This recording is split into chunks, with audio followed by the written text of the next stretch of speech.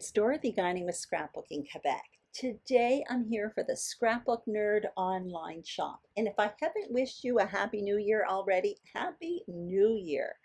Today I'm going to be doing a layout process video inspired by this Milena Woodiwiss sketch. She's a sketch artist for the Scrapbook Nerd.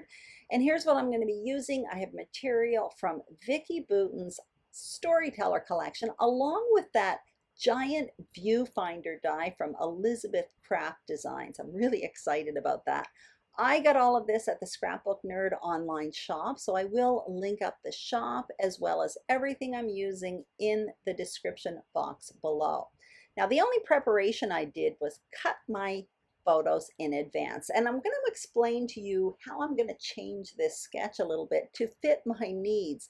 You can see there are these 3 2x2 photos there. Well, I almost never have 2x2 photos, so what I'm going to do, I simply took a 6x4 photo, kind of a landscape type shot, and I chopped it in 3, essentially creating 3 photos 2 by 4 inches each.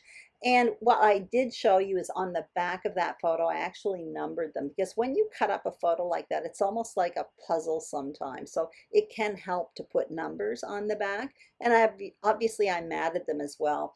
Now I'm showing you this viewfinder die. Now, another reason why I'm adapting this sketch is because I'm dying to use this new tool. It's absolutely huge. So that big block that you see on the background part of the foundation page, I'm going to replace it with a giant viewfinder.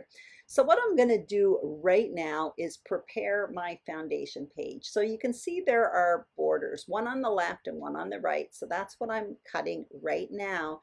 And I'm going to use both sides of this paper because the flip side is like a dark burgundy. Anyway, you'll see it in a minute. And what I'm doing is cutting down these strips of paper. So I'm putting measurements for all of this on the screen, but each border is going to have 2 pieces of paper instead of 1, like on the sketch. I'm just going to add like a little contrast to the edge of each border.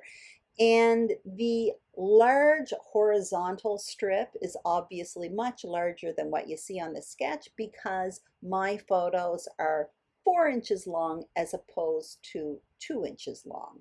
So I'm just placing everything on the page how I plan to place it. And I will give you a better idea in a moment how it will look when I get out my die cutting machine and I cut out that viewfinder.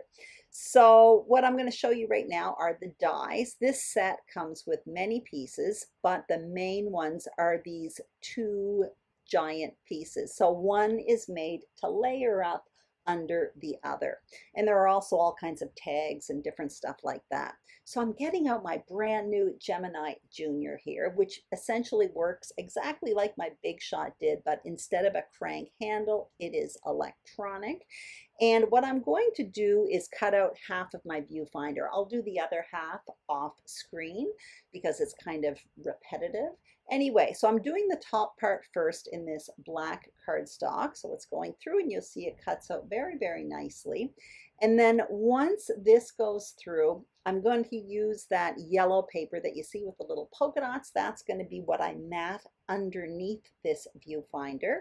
And that as well is from this Storyteller collection. So I'm going to run that through. And another thing I'm going to do off camera when I cut the other half of this viewfinder, in that collection of dies, and you'll see it in a minute, there are 2 rings, and what they do is they are basically outlines for the holes that you see on the viewfinder. They are identical in size. So what I ended up doing off camera is I cut out 10 of those rings, 2 at a time, so 5 times, and I adhered them to the outside of those openings. And I did that in that burgundy paper, which is ultimately the flip side of that black paper with the holes on them. So there you see, I have it all adhered together except for one little ring. I just wanted to show you how I was doing that. And that is an adhesive called Sticky Specs. That's what I was using.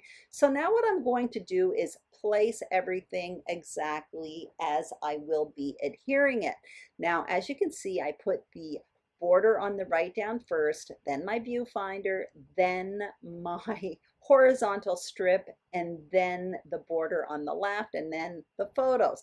I am saying this because when I go to adhere it, I completely mess up the order and I end up turning off the camera and just adhering it properly. So once again, I'm going to simply repeat the order in which I do it.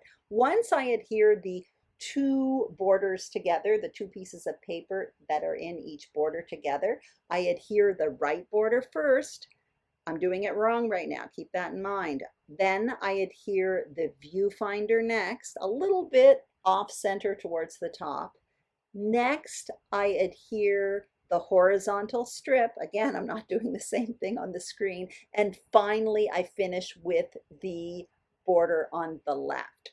So I'm showing you the sketch now and ultimately showing you what I've done differently. And basically what I've done differently is the horizontal strip that's across the middle is wider simply because my photos are longer. And the large square that's part of the foundation page has been replaced with this giant viewfinder. So now what I'm doing is adhering my photos. And I started on the far right because I wanted my photos to basically end at the very far right of the page.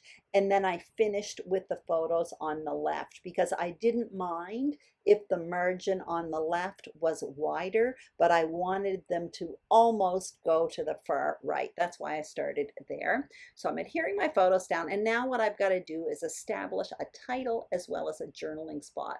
So I have two alphas here. That yellow one there is from this Storyteller collection, and the black ones are part of a Twilight. They're called Twilight or something like that. I'll link them up below. They're still available at the Scrapbook Nerd.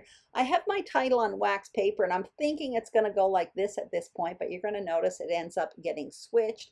For my journaling, I found this frame in the ephemera pack, so I plan to add a piece of paper behind it and put my journaling there. And now what you see me doing is basically establishing two main spots for my embellishment cluster. So I'm working in the top left and the bottom right. As always, I start with the largest pieces, and believe me, this ephemera pack, the two that I'm using, are full of huge pieces, so that wasn't difficult. And then I'm finishing with smaller pieces. Now before adhering, I do want to add a bit of paper behind that frame where I will be doing my journaling. So I just found a piece of graph paper that was in my stash and I adhered it behind there. And now I'm piling up my ephemera in that corner there, and I'm adhering it all right now. I finish off by adhering my title, but you're going to notice I end up moving the black letters in my title towards the top of that photo as opposed to the bottom where I had originally planned. And that ends up serving me well because I end up creating a visual triangle. By moving that up, essentially I separated those two clusters. So now you can see I stopped my film and continued adhering my title. And the title at the bottom, which says Humor Me, I ended up popping up that on foam adhesive, which is really easy to do with those letters because they're kind of filled in. And so it was easy to add the foam adhesive. And I also put foam adhesive on that black banner that you see underneath the journaling box. Now what I'm doing is I'm adding a bit of yellow to that cluster, a bit more yellow, I should say, to that cluster in the top left to repeat that tab or whatever you want to call it in the bottom right that says Day Pass. And I wanted to add another hint of yellow up in that title cluster, and that's what you see me doing right now. I'm going into these puffy title stickers, and I end up going with just that little hollow heart in the middle of the word you. And the only thing I end up doing off camera is I added a few of those butterflies, again, part of this collection, and I did my journaling, of course, and that is it. Anyway, I hope you enjoyed this video. If you did, please give it a thumbs up. If you haven't subscribed to the Scrapbook Nerd YouTube channel, we would be absolutely thrilled if you did. The same thing for my channel, Scrapbooking Quebec. Also, don't forget to check out the Scrapbook Nerd Online Shop for supplies. The link is listed below. Thank you so much for watching and have a great day. Bye-bye.